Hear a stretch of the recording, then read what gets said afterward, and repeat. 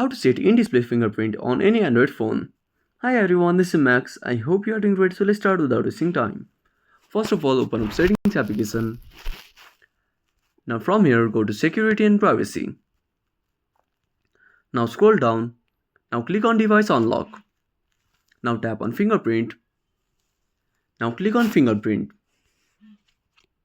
Now enter your password. Now tap on OK. Now place your finger on the fingerprint scanner. Now place your finger in different positions until the scanner is completely blue.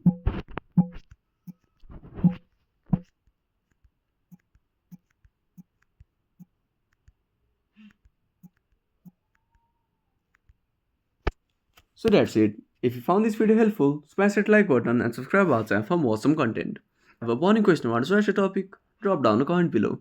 This is Max signing off until next time.